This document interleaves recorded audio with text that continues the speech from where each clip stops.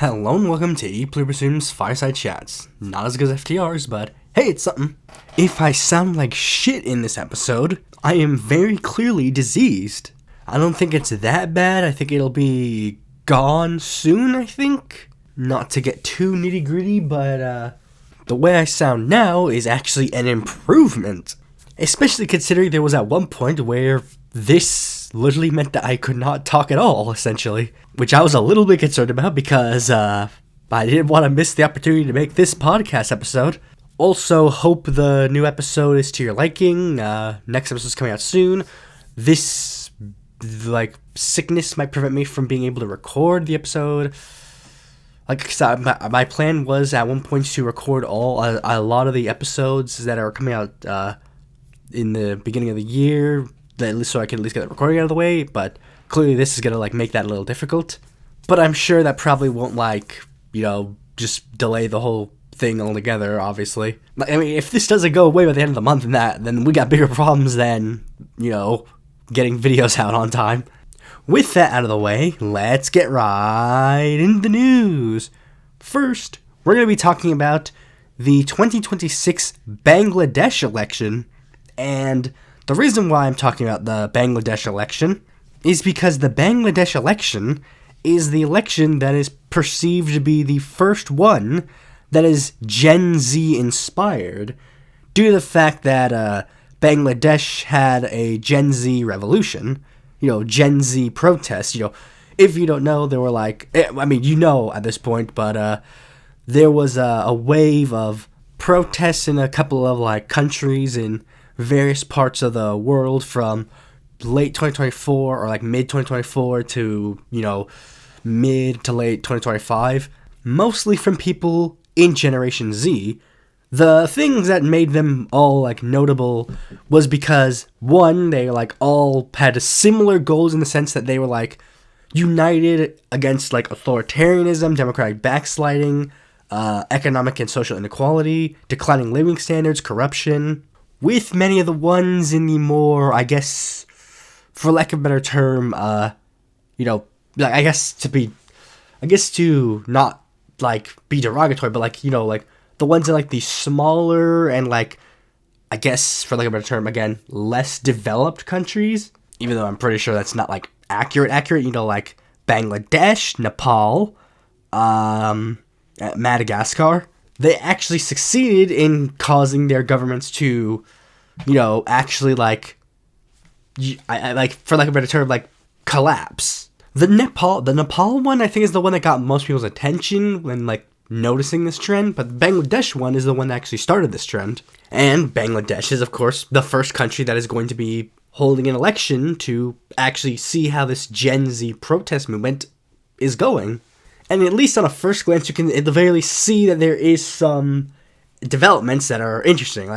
First, let's just take a look. In the 2024 Bangladesh elections, there were 119 million registered voters with a turnout of 41.8%, with that number actually being disputed, with a lot of independent sources going so far as to state that there was actually a 28% turnout rate in that election. But this one had over 127 million people, with a turnout rate of at least 59.44%. And the party that ended up winning, or the alliance ended up winning, because it's a little bit of both, is the Bangladesh Nationalist Party Plus, which is a coalition of the Bangladesh Nationalist Party and a couple of other parties that, joined up in a voting bloc with them, I guess, with their main opposition, the 11-party alliance, getting 77 seats. The alliance that I was de facto, quote-unquote, rooting for, the Democratic United Front, which is the left-wing alliance, got no seats. The Bangladesh Nationalist Party is kind of just broadly a standard, lib-ish party. It's considered a liberal conservative party, economic liberalism, center to center right. Aside from the fact that they got a democracy and they kicked out an authoritarian regime previously, people are a little bit shocked why this party of all of them.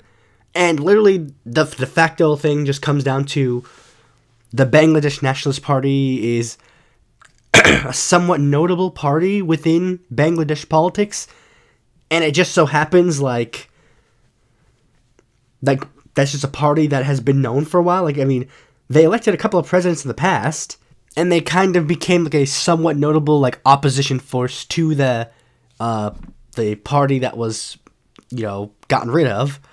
And in that same vein, that is just kind of how like these sort of authoritarian regimes, usually end. Like when the transition to democracy begins, it's usually not like they usually don't transition to like a really great person right away. When Chile transitioned back into a democracy, they didn't elect someone like Bachelet off the bat. They had to elect the Christian Democrat guy first. When France beat the Nazis, they elected Charles de Gaulle. And hey, maybe this is just like the beginning for Bangladesh's politics. We'll have to wait and see how that goes. It could also be the vast difference in like political culture for Bangladesh politics and, other politics around the world. Like, I mean, when inevitably we will see Nepal doing their Gen Z election, I'm sure that their results are going to be vastly different, because Nepal politics is vastly different than a lot of places' politics. Anyways, let's move on to the next story, and it's the Nuestra America Flotilla. If you haven't been paying attention to what is going on in Cuba, shock of all shocks, Cuba is doing a lot of, like, is getting fucked a lot by the United States because, their main ally was wiped off the face of the earth, Venezuela, and now they're currently being strangled because Trump is bored and just wants to have a big foreign policy win. The failure of every single American president, they want to have a foreign policy win. They want to have something that they can take credit for. Like, that's always how it is. Like, an American president always wants to have a big foreign policy thing that they want to take credit for, that they want people to, like, remember for years on end, like, they did this one thing. Like, at least since World War II. Like, FDR, when he did World War II, when he was, like, doing World War II, or I guess even further back with Woodrow Wilson in World War I, that's when it kind of really began, like, the American president really is like, we need a foreign policy thing that makes us special. And it usually ends up making a really bad mistake, because one of the big things that has always been the failure of the United States when it comes to foreign policy is that they want to wipe out the enemy of communism. That's been their one big thing, whether it be back when they used to have a Soviet Union to go against, but now they just do it for, like, the moral support, I guess. They want to defeat Cuba's communism, so they launched the Bay of Pigs. They want to defeat the communism of Vietnam, so they launched the Gulf of Tonkin. Nixon wanted to be told, like, I saved Latin America and America's interest from communism, which is where we got stuff like, Operation Condor.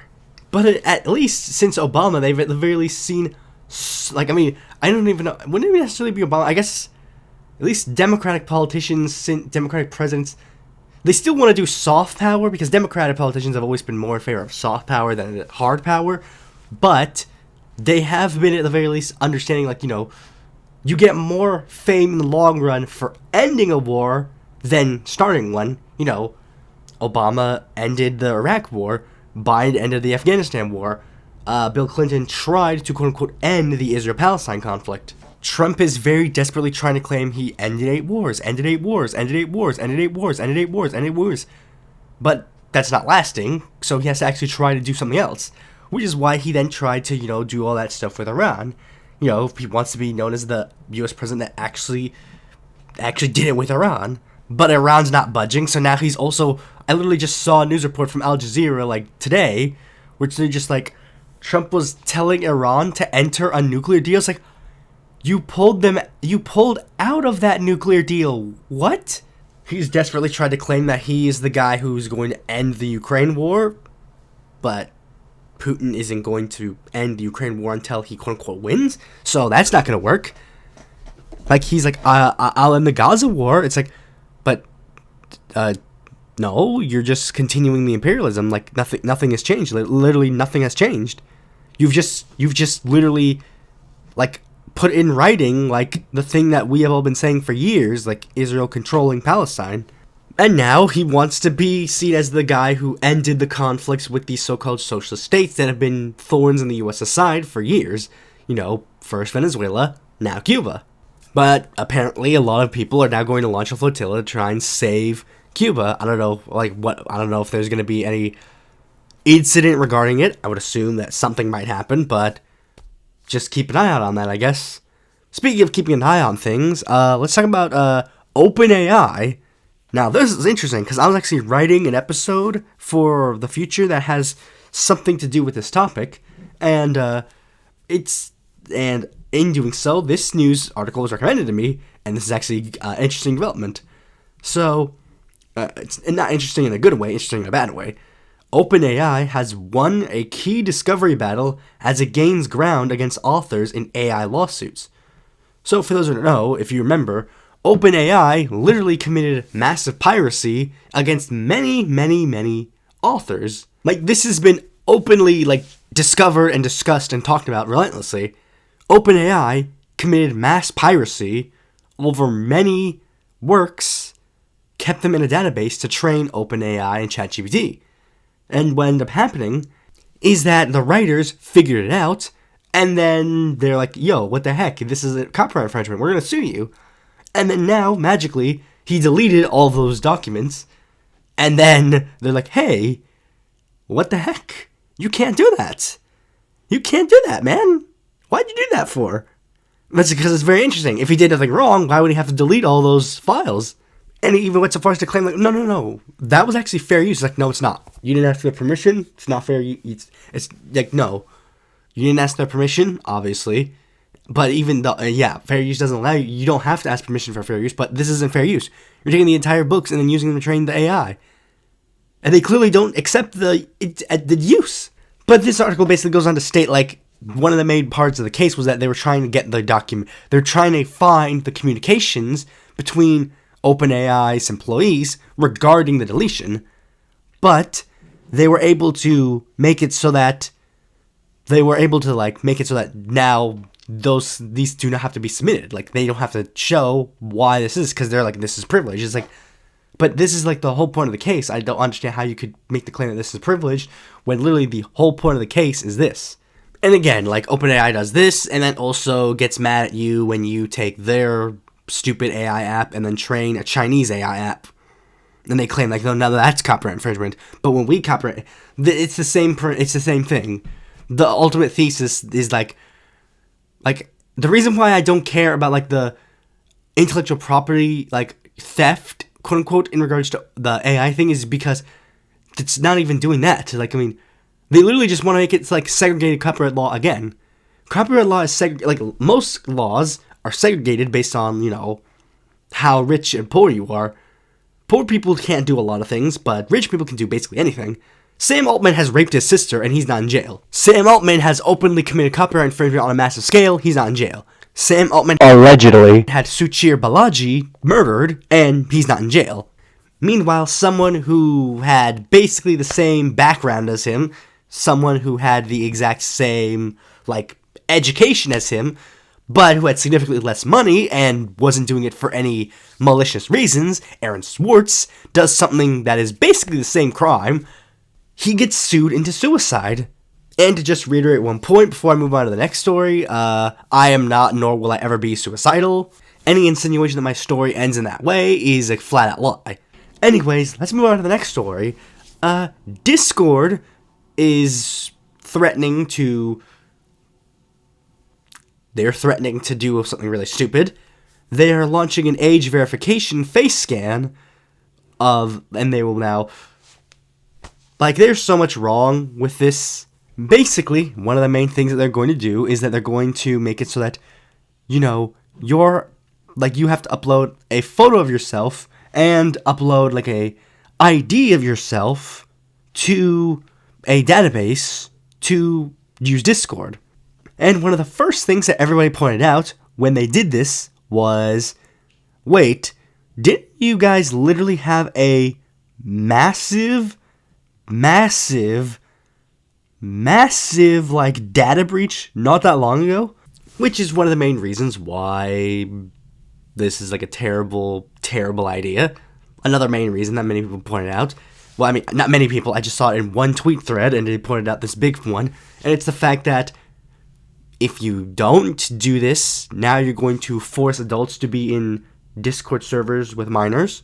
Like, literally, it's like the same thing with, like, the, like, transgender bathroom thing, where it's like, they think it's like, oh, we're going to make it so that the big hairy man no longer gets to be able to use the bathroom, but then it's like, no, what you're actually doing is making it so that the person who has gone through all the forms of surgery to become the big burly man now is forced to use the women's bathroom because that's what their assigned sex at birth was. And people point out that this coincides with, like, many other, like, very shady things going on with, like, the surveillance state. You know, one of the big ones being the fact that Discord is one of the main apps that has been targeted by the Trump administration, because the Discord is one of the main, like, apps that is used to, like, for young people, particularly, to communicate with each other.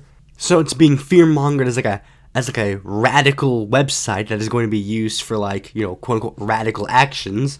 And unfortunately, the problem is, like this, like, there, and many people point out, like, you know, there's so many other things that Discord or any other social media site could do to try and regulate any of these bad things that go on these social media apps, some of which are very valid. Because, like, that's the thing, you need to understand, like, I don't think anybody would be able to dispute the fact that many of these social media apps do have many problems with the way they run things. I mean, that's one of the main memes about Discord, the Discord mod and Discord kitten, you know, quote-unquote dynamic, with, like, some, like, fucking, like, 30-year-old man on Discord having, like, a fucking, like, teenage cat girl in his DMs. That's one of the main memes about Discord. Everyone understands that, and they understand, like, you know, there are other social media, you know, unfortunately, a lot of social media sites are going to have massive problems. YouTube had a massive problem not that long ago with, like, a big shady, like, playlist cabal in regards to, like, that kind of stuff. Twitter had similar problems, and that's one of the main reasons why Musk claimed that he was going to take over Twitter. Even on sites that aren't social media, like fucking Omegle had a massive problem in regards to that. And to a lot of normal people, they want that solution to be fixed. And this is the quote-unquote easiest fix for social media sites. This kind of stuff. It's a similar thing like that and other aspects of, like, you know, like cyberbullying are one of the main reasons why, like, the removal of anonymity on the internet has been, like, a big talking point for a long time. Like, sure, we pride ourselves on, like, anonymity on the internet. Obviously, a lot of people do that. But when you see, like, multiple stories about, like, anonymous people bullying, like, a teenage girl and committing suicide, and then you see other ones about, like, anonymous guys grooming underage girls, and you see, like, other ones of, like, all these things about, like, anonymous people on the internet, like, people abusing their anonymity on the internet, and then no form of, like, self-regulation in any sort of that semblance, of course, some normies are going to go a bit too far, and they're going to force these social media sites to do these bad things. And the social media sites are, of course, going to take the easiest way out to regulate. Because, again, it's a simple thing like what happened with Roblox. Roblox was a site that was literally made to be, like, a website for children to play around and have fun. But then, like, groomers, like, basically took it over.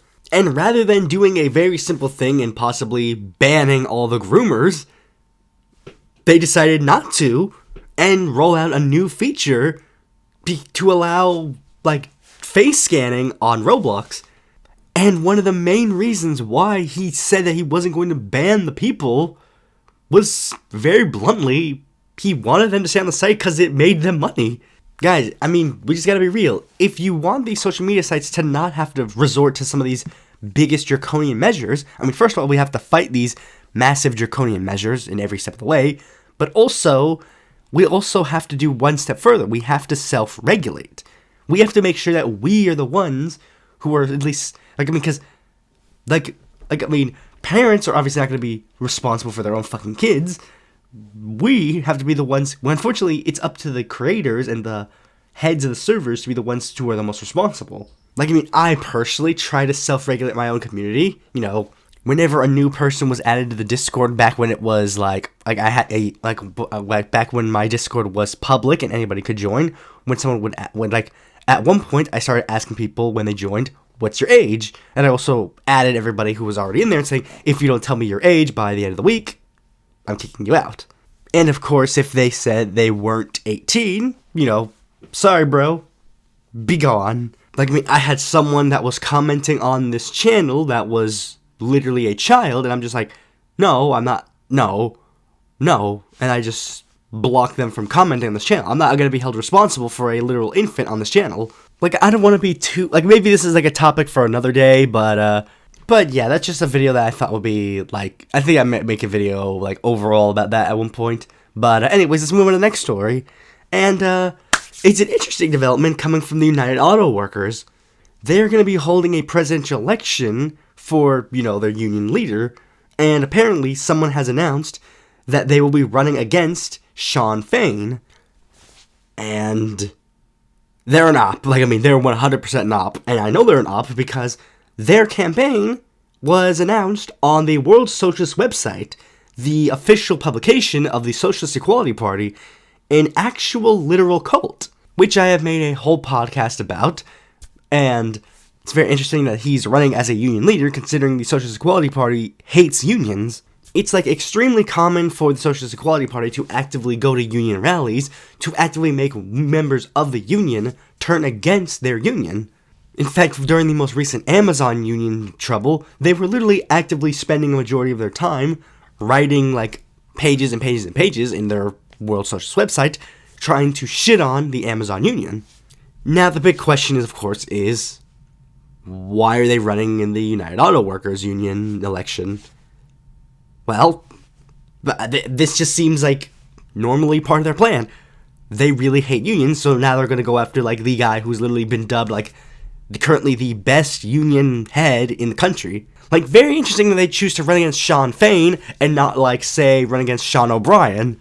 Much in the same way how I had someone in my comments not long ago, like, they're like, oh, we're so left-wing, and that's why they only exclusively shit on AOC, and they don't mention Donald Trump at all.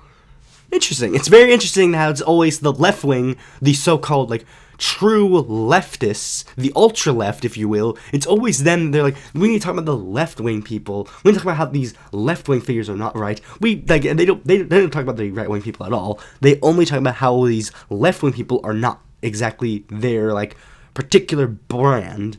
This coinciding with, like, other elements trying to undermine Shawn Fain's movement in the union. And there's a reason for this. All this is for a big reason. They're all working to stop May Day 2028. Because remember, Shawn Fain, he has planned that there will be a general strike on May 1st of 2028. That's the plan. Remember, mark that in your calendars. That is the plan. He's literally said all unions across the country, like the United Auto Workers union contract, is going to end on that day. And on that day, he will launch a general strike. He has asked other unions across the country, make sure your contracts end on that day, or end around that date. So that way we're all forced to strike on that day. Of course, it's the union leader that has the biggest ambitions of all of the union leaders in history. Of course, it's him that's the one that's going to be focused on, and they're going to be like, oh, we have to attack this guy. So yeah, fuck the Socialist Equality Party, Shawn Fain for UAW proud. Anyways, let's move on to the next story, and it's about the Justice Department's attempt to indict 6 members of Congress. And it's the fact that a grand jury has said that they will not, like, proceed with the case. Like, the case is over. I don't know if the Trump administration is going to try and continue the case, but they basically, like, the fact that a grand jury has said that this case will not go further is basically just an indication that they won't win. Like, even if the case does move forward, there's very little chance that the case will go through. Because a jury of normal people probably wouldn't, like, rule in the, it would be an open and shut case. Because, yes, just watching the video of those 6 Democrats saying, soldiers, you have the rights to refuse unlawful orders, is an open and shut case.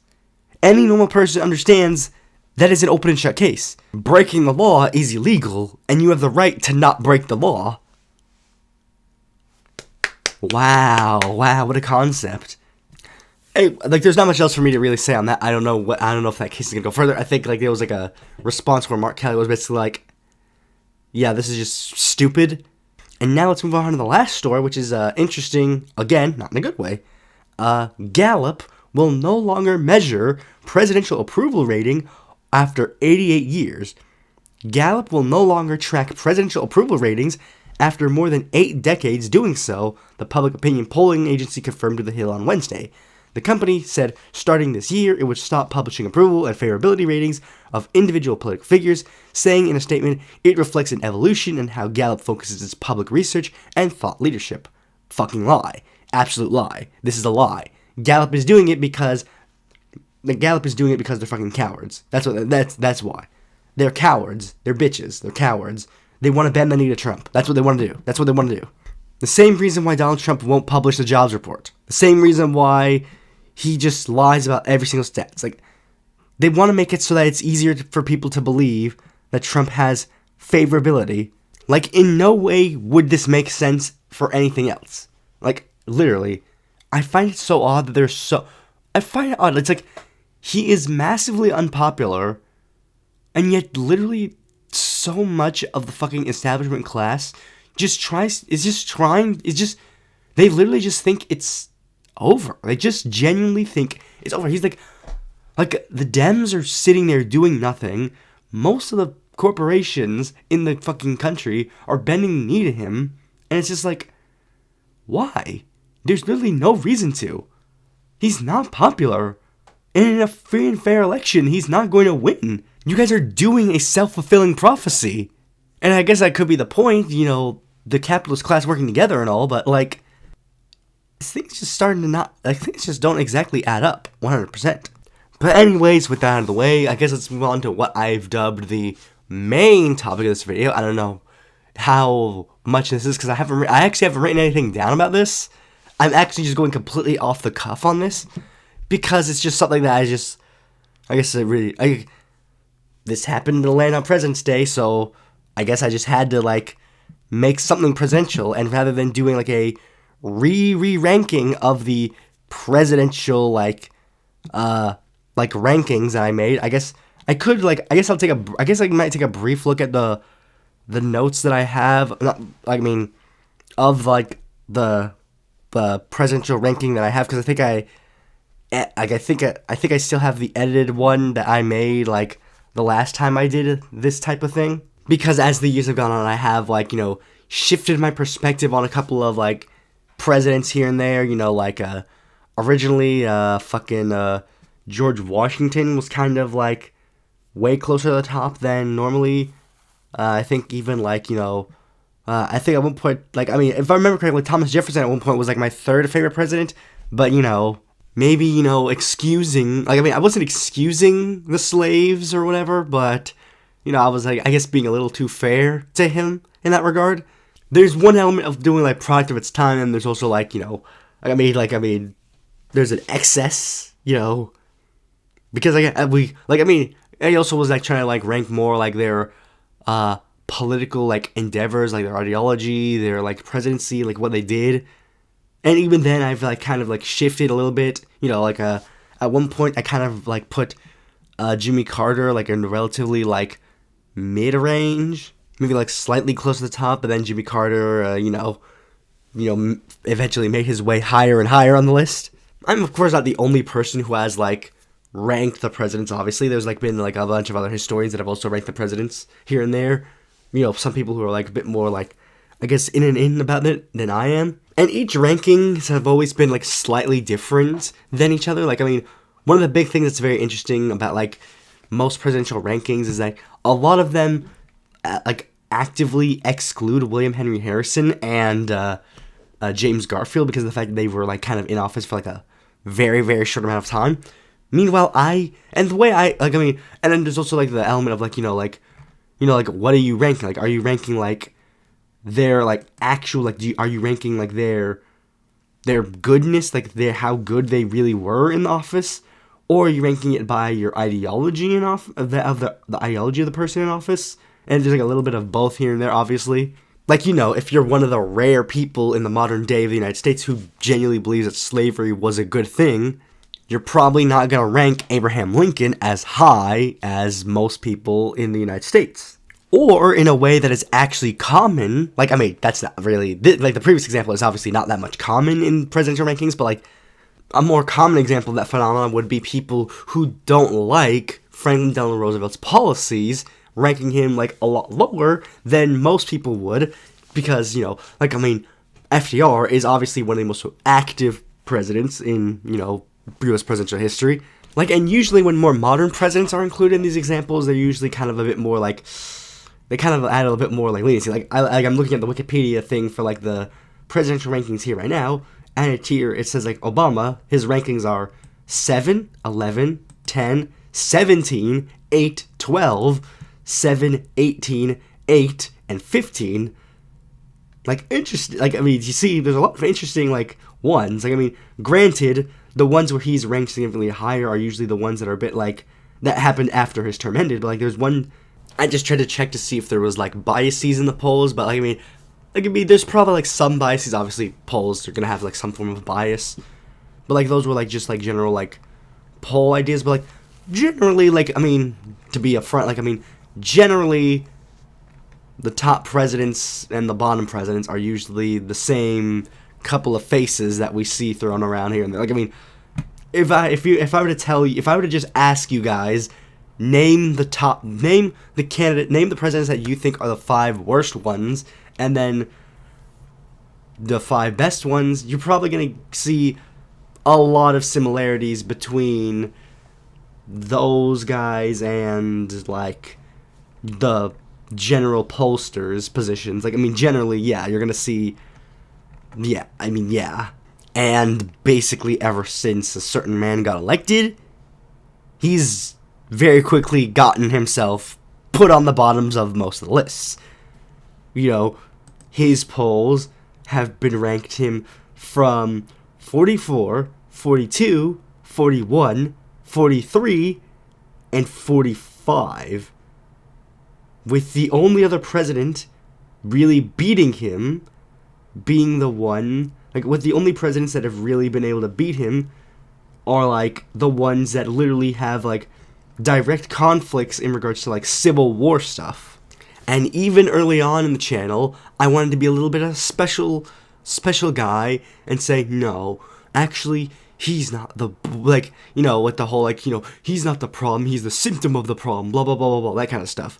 And, like, saying, like, oh, actually, the real worst president is George W. Bush, and blah, blah, blah. It's, like, some of that was because of, like, I think very early on, I think the first time I did, like, a ranking, I literally was just, like, I think I was, like, the fair, like, even to this day, I still think the only real fair way to judge a presidential candidate, or president, or, like, a head of office of any kind, is after their term is finished. Like, I mean, you can judge them day to day, obviously, but I mean, overall, if you want to, like, put, like, them on a ranking, you can't really put them anywhere unless you know, like, the full thing, and sometimes maybe even a little bit afterwards, because sometimes their policies, like, affect what happens a little bit of the afterwards. For example, like, the economic boom in the United States after World War II can technically be given to FDR because of his involvement in World War II and, like, the New Deal, like, economic policies that helped boost Americans in that post-war economic boom. Like, that can be directly attributed, that can be at least somewhat directly attributed to him. Like, you know, like, the Bush-era tax cuts are kind of what led to the initial, like, Obama economic downturn, and, you know, the Trump COVID, like, badness kind of seeped into the first couple of months, or I guess the first year into the Biden administration. It's why in my Pink Tide video, I don't rank Arevalo, Claudia, or Orsi. But sometimes you don't have to wait for the whole thing to finish to fully understand. Like, for Biden, I kind of, like, I think I figured out where he would kind of be, like, at least somewhat, like, where he would be on the rankings at some point. I don't know how long it was in his term that I did that. I mean, you could probably look at the podcast where I do, like, my presidential rankings, and you'll probably see which one it was. For a more, like, one that I remember, like, a lot more was the Pink Tide one with Boric, where after he failed the second constitutional referendum, I'm like, I kind of figured that this guy's not going to be, like, one of the top ones in the list. He's going to be, like, at best, a mid-ranger. But for people like AMLO and for people like Trump, I actually was really, really, really fair and waited for the full... Okay, I guess I technically didn't wait for the full term to, like, sing AMLO's praises, but, I mean, I at the very least... I mean, again, like, you can judge them day to day, obviously, but, again, not really, like, fully, like, saying, like, top one or bottom one, you know, top, like how many, like ranking the presidents or whatever. But I think I really did wait until the end of the full term, at the very least, so that I had all the information available to me right then and there. And this situation was actually very interesting because it's just like, I mean, what exactly was I supposed to do in this situation? Because this is the first president that has had a non-consecutive term in a while. So do I now start that process over again? Like, do I now no longer rank Trump and then wait until this term is finished and then re-rank him with all of it together? Do we do, like, you know, this was his first term and then, like, you know, his second term was obviously worse or blah, blah, blah, and then, like, whatever? But since I'm not stupid, I'm not gonna do the fucking thing that people do now with, like, TV shows, where now they rank literally every single season as if it's its own show. Like, obviously, both of these terms are the same guy, so we're gonna rank both of them as if they are the same thing, because they are. Like, they are the same man, and of course that's just how you would rank them, you know. Grover Cleveland doesn't get ranked 2 times based on how his 2 terms were. But I was just trying to figure out, like, I guess the real question to me was just basically, how long do I wait until I really think about, like, does he reshuffle the list? And how long do I wait until I eventually have to re-rank the list again? Because I think pretty soon we'll have to, like, just remake this entire list again. Maybe I'll make it better and do, like, the formal, like, video, like finally give it, like, a main series edited video thing exactly how it is. But I guess for that one, we'd probably have to wait until, like, 2028. But, as you could probably guess by the title, thumbnail, and just generally paying attention to the news cycle, we don't have to wait on one thing. I just have to say right here, right now, regardless of however else the list changes, one thing has definitively changed. Donald John Trump is the worst president that the United States has ever had, and I have a very sneaking suspicion that he will always have that bottom spot. Whether it be he ends democracy and there will no longer be a president, so he will always go down in history as the worst one, or just, I mean, even if we do, like, just have, like, democracy goes back to normal, like, if we literally, like, after 2028, things just go back to normal, and I just don't think anybody could be worse than him. I don't believe that, like, I don't know. I mean, again, I can't really say that, I can't really remove that entirely from contention, because, of course, the Republican Party has all become just a bunch of Trump sycophants, but it's just, like, it's just genuinely hard to believe that there could be anyone else who would be as fucking bad as him. I know some people might try to pretend, like, no. There's no way that there are presidents that are, like, worse, that there are, like, there has to be worse presidents than him. Like, I mean, you might not say because George W. Bush, but, like, I mean, even, like, most historians would agree James Buchanan's the worst, right? No. I mean this in the most honest sense, no. And the way I will describe it is almost essentially with a list that, I mean, there was a list I was going to make, where I was going to make a list of the top 10 worst senators. And that was one of the, it was going to be like a, it was going to be a top 10 worst senators list. And it was going to be interesting, because it was going to include a lot of, like, I think I have the script should be in the fucking, like, in my Google Docs, because, I put it on the Patreon as, like, a thing. It was almost completely finished, actually. It was actually very interesting. It was, like, this was a video that was almost completely done, but then I just kind of, like, I think Mr. Beat released his, like, worst Senate ranking videos, because, like, there were a couple of times where me and him, like, made, like, videos that were just, like, somewhat similar topics, but they, I was gonna make a Georgism video, but then he made a Georgism video, so I'm like, I guess I really don't have a point to make a Georgism video.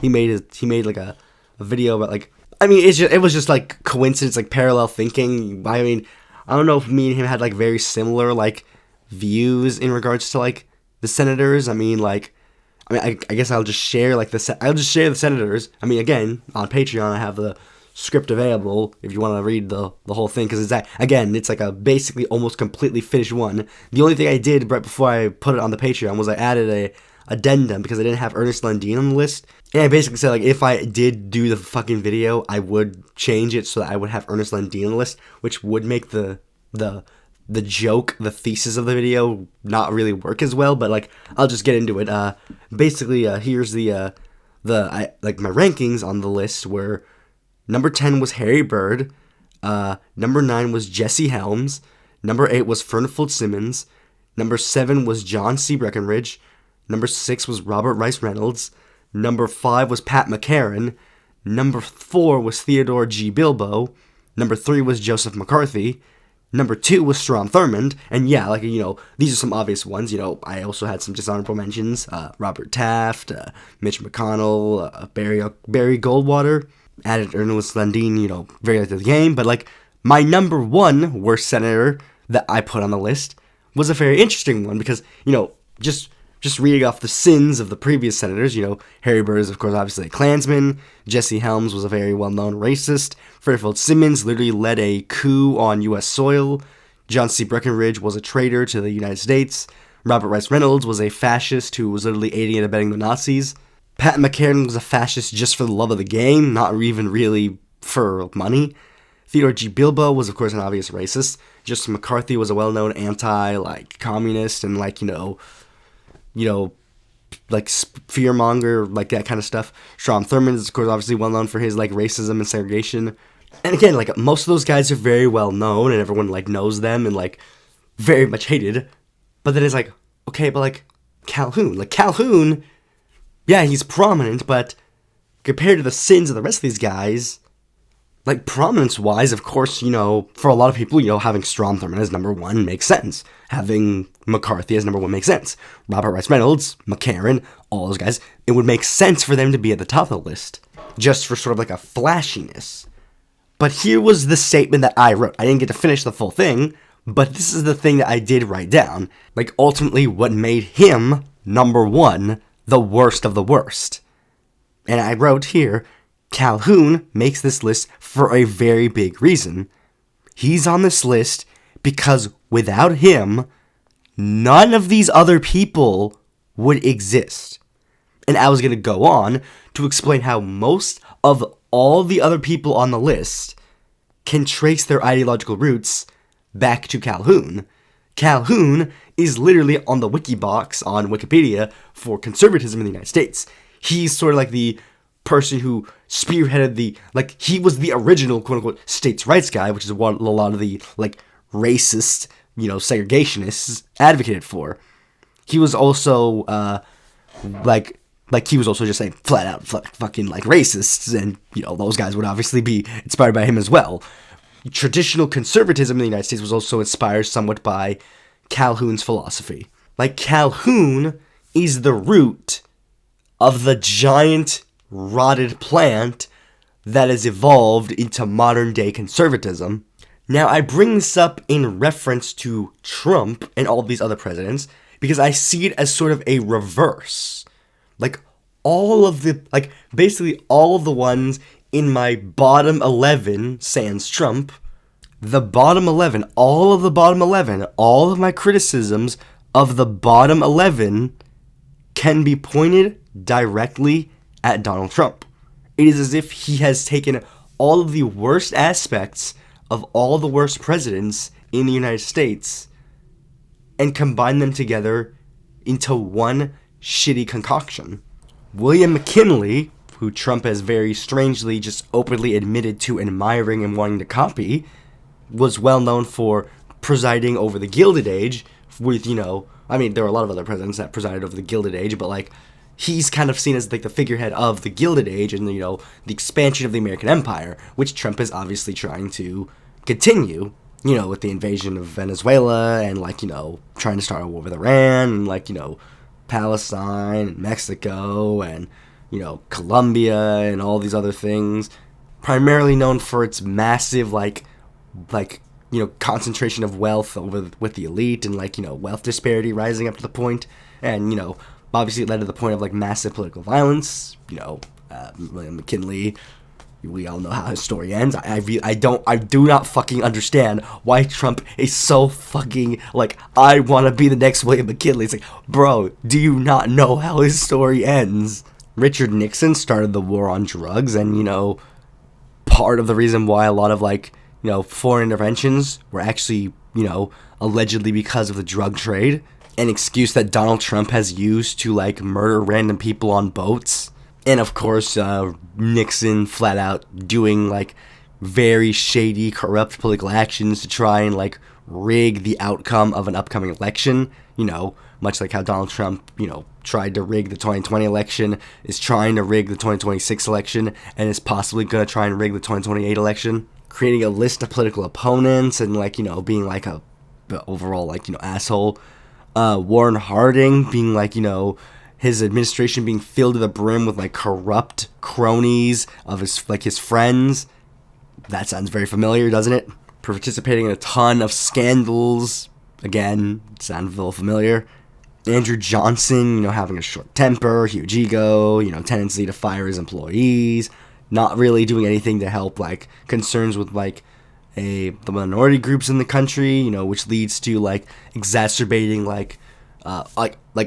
if he did not flat out create, the bad conditions of, legalization of Jim Crow laws, he at the very least sat by while that happened. And it's, similar thing with trans people nowadays, if he's not actively participating in their oppression, he's standing idly by and letting other people oppress them.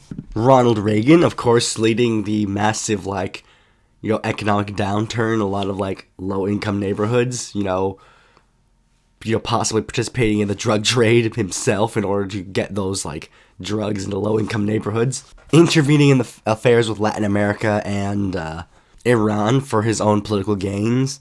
Standing idly by while a horrible disease ravages the United States and leaves, hundreds of thousands of people dead. 62,000 people dying of AIDS under Reagan, and 400,000 people dying of COVID under Trump.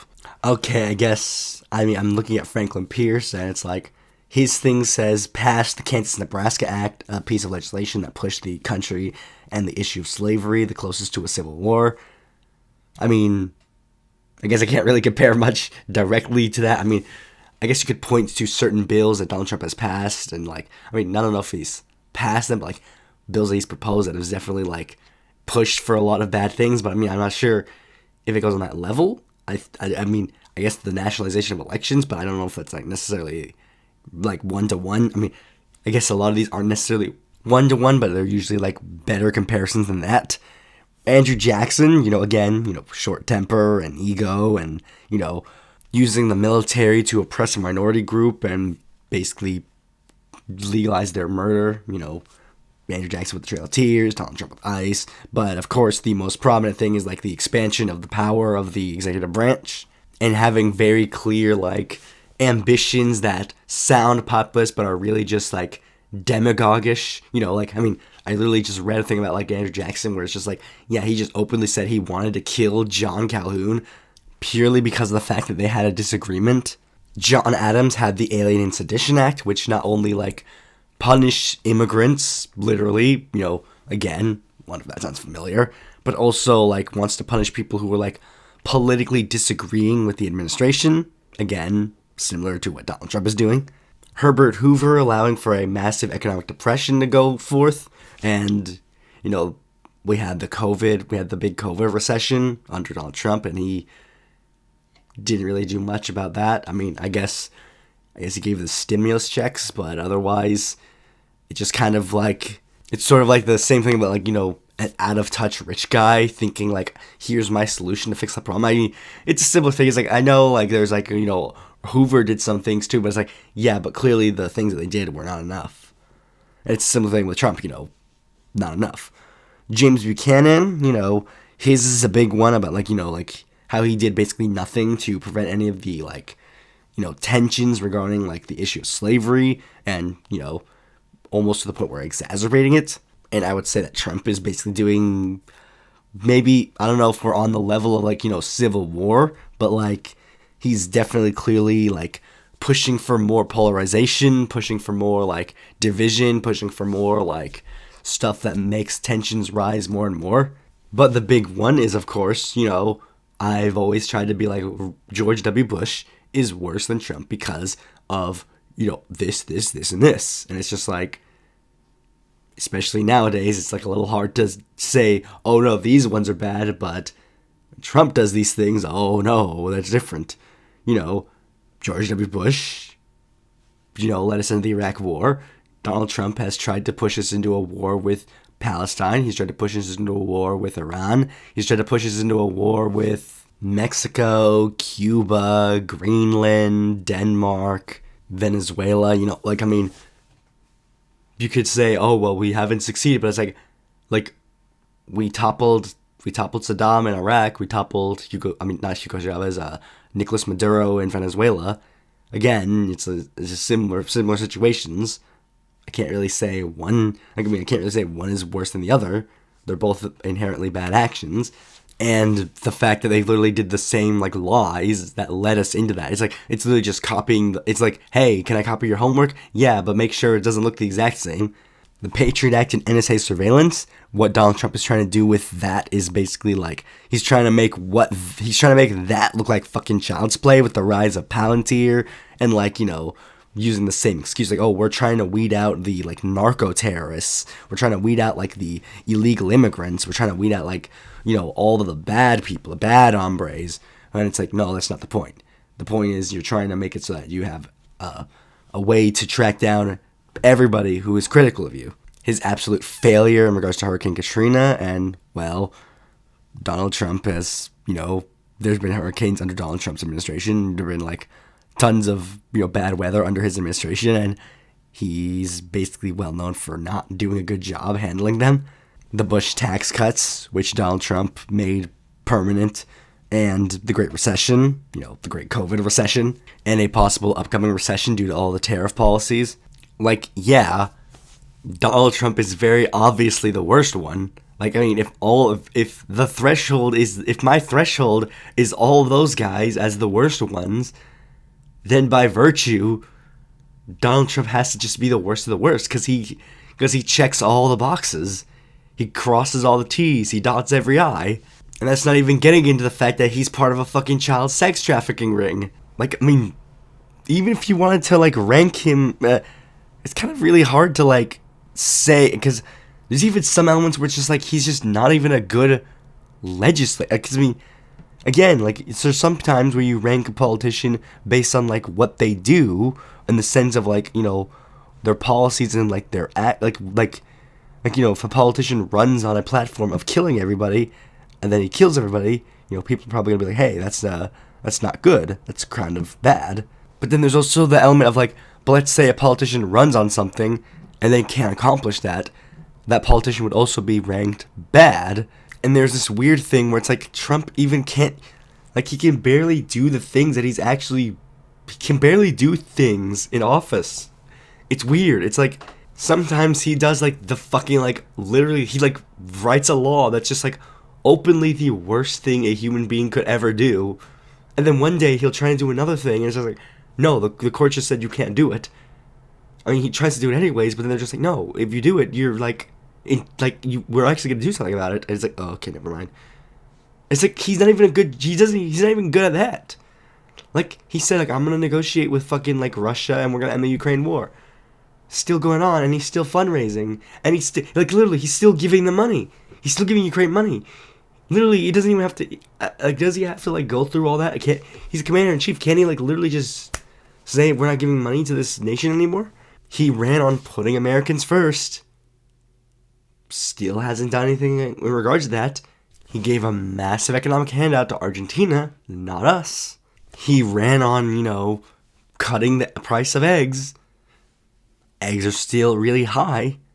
Hasn't done anything about that. And he just openly said, I'm not going to do anything about that because I don't know what to do. And even on that same vein, where it's like, America first, America first. To a lot of people, America first, literally, because weird thing, because, conservatives, again, they don't know what they're talking about. On one end, they say America first means, isolationism, but then they also mean it in the sense of, people have to, love America everywhere around the world. America's hand has to be in everyone's cookie jar. But the problem is, Trump has basically destroyed every single element of, if you're one of those people that literally just, we want the world to respect America. We want the world to, bend the knee to America. We want the world to be wow, America's so cool. It's they picked the worst guy.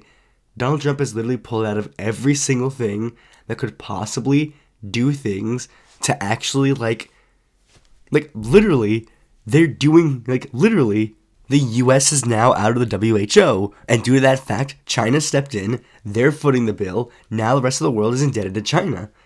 Due to the fact that the United States has been an unstable trade partner, many worldwide countries are openly talking about doing trade with China and not the USA, because they understand, at least until 2028, the US is not a stable trade partner.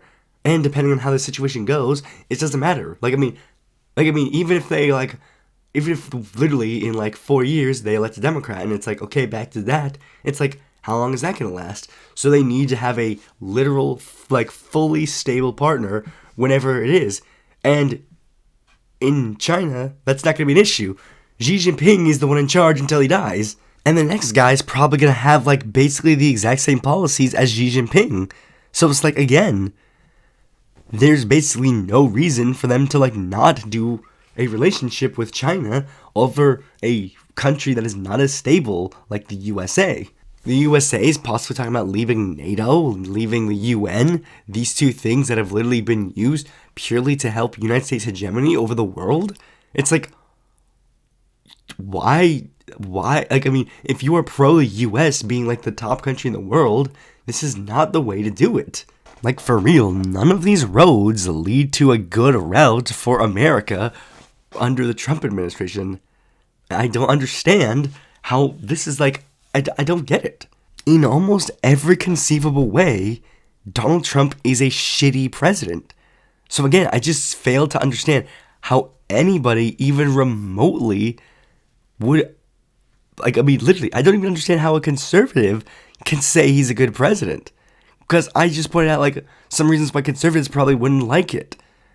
But again, it's just because his only ideology is pwning libs. That's all they have.